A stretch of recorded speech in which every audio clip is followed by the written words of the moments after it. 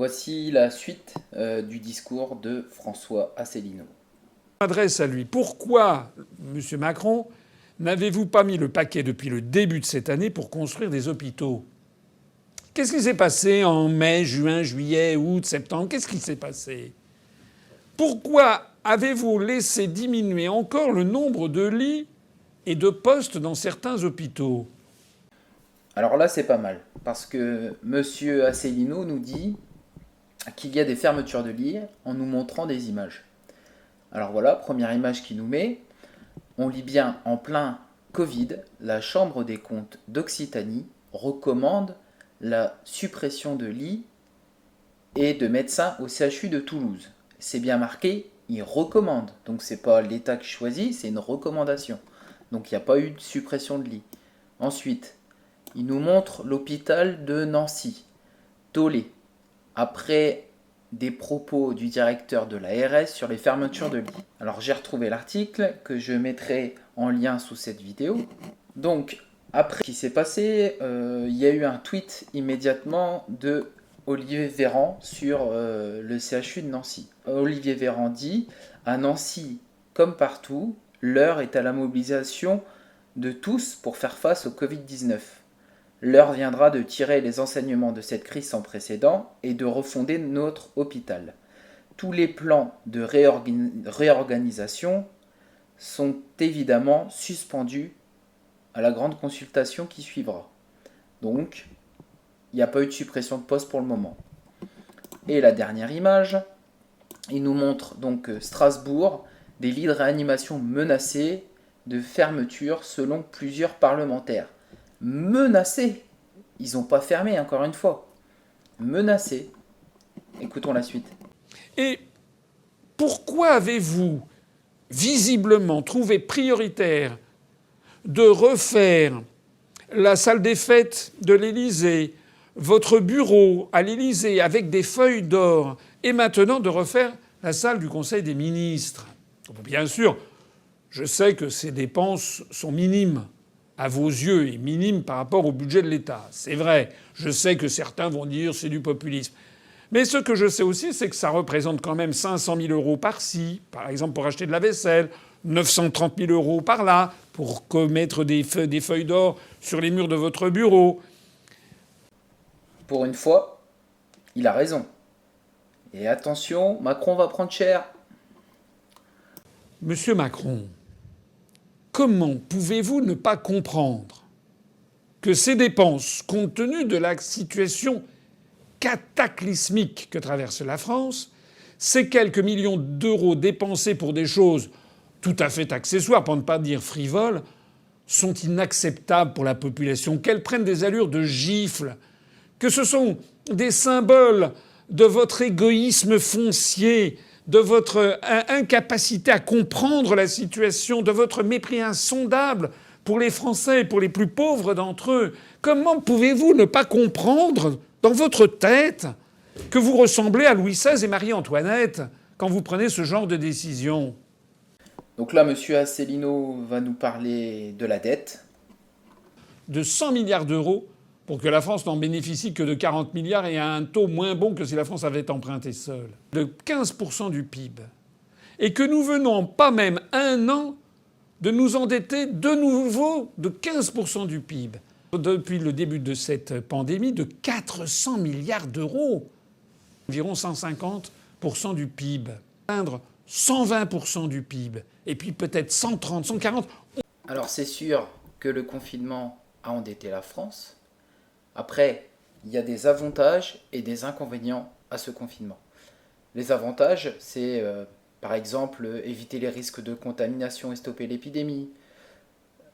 Par exemple, ça pourrait être le confinement a été efficace en Chine, le confinement aide à détecter précocement les personnes contaminées avant que leur état empire, le confinement est recommandé par l'OMS, il vaut mieux s'isoler et suivre un système d'hygiène rigoureux pour éviter le pire, il y a moins de consommation de combustible et la pollution diminue remarquablement, une baisse des crimes, des actes d'agression. Alors évidemment, il peut y en avoir à la maison, et la naissance des actions solidaires et d'appui.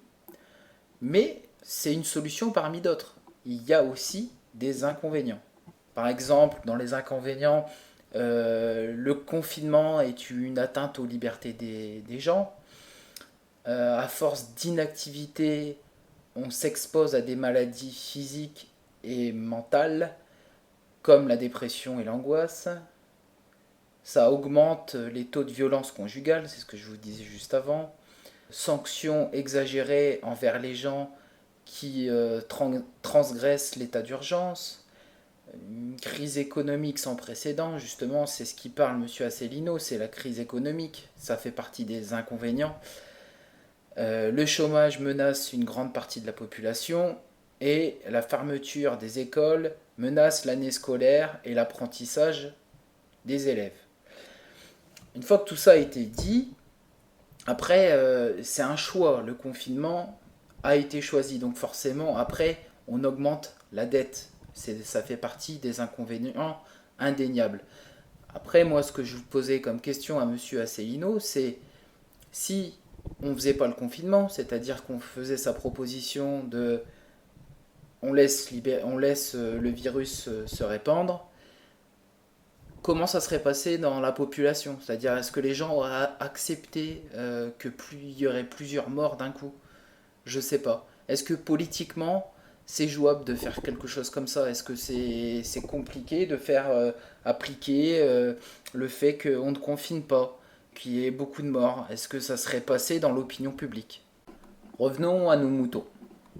D'ailleurs, j'aimerais dire au passage que quand je vois des responsables politiques, des Républicains par exemple, dire qu'il faut s'allier à M. Macron le plus tôt possible, quand je vois que M. Fillon avait appelé à voter pour M. Macron au deuxième tour de l'élection présidentielle.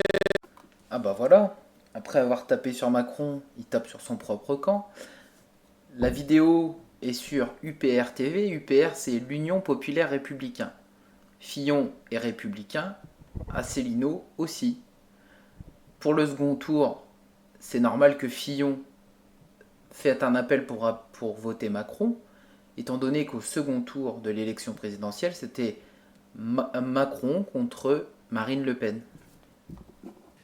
Si j'avais été élu, les décisions que j'aurais prises auraient été très claires. 1.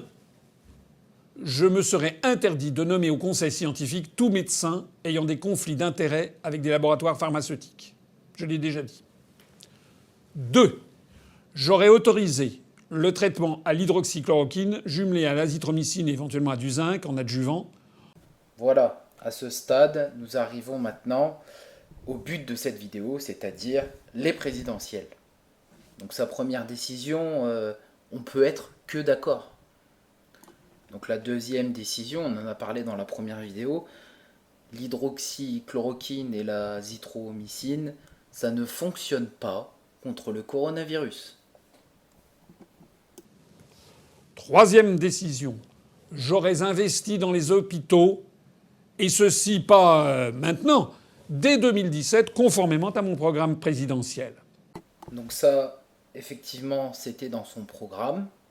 Bon, ça mange pas de pain de le mettre, hein, parce qu'on ne sait pas avec quel argent il aurait fait ça. Quatrième décision que j'aurais prise, j'aurais mis le paquet pour que l'on recherche d'où vient le coronavirus. C'est vrai que c'est une priorité de savoir d'où il vient, parce que j'ai coupé, mais vous vous doutez bien qu'il y a une histoire de théorie du complot là-dessous. Cinquième décision que je prendrais si je devais maintenant être à la tête de la République. Je mènerais une politique déterminée pour lutter contre les effets collatéraux majeurs de vos décisions. En gros, s'il est au pouvoir maintenant tout de suite, il répare les erreurs de Macron. Quel programme? Les médias vous désignent les candidats qu'ils auront présélectionnés pour la présidentielle. Les grands médias, comme les grandes banques, musellent l'information. Ils n'œuvrent pas pour le bien commun. Ils n'œuvrent que pour l'intérêt de leurs actionnaires, y compris les grands laboratoires pharmaceutiques. Eh bien moi, je vous propose que tous ensemble, nous œuvrions pour le bien commun. Et je pourrais œuvrer personnellement pour le bien commun parce que je n'ai aucun conflit d'intérêts, ni avec les médias, ni avec les banques. L'UPR n'a aucune dette, et vous imaginez bien que je n'ai aucun intérêt non plus avec les médias. Alors pour conclure avec cette vidéo, François Asselineau s'arrange un peu avec la vérité, c'est-à-dire qu'il exagère dans ses propos, il veut montrer que c'est lui qui a raison, quitte à déformer un peu la réalité, ou alors la prendre telle qu'elle et la modifier à son avantage. Ce que j'ai appris de François Asselineau en faisant cette analyse, c'est qu'il croit à la théorie du complot, que les médias sont complotistes, qu'à la tête du pouvoir il y a des grands complots, et que lui seul pourra nous sauver de ces complots. Ça fait penser un peu au Front National. Je vous remercie d'avoir regardé cette vidéo. Il faut se ressaisir, c'est maintenant ou jamais. Vive la République et vive la France.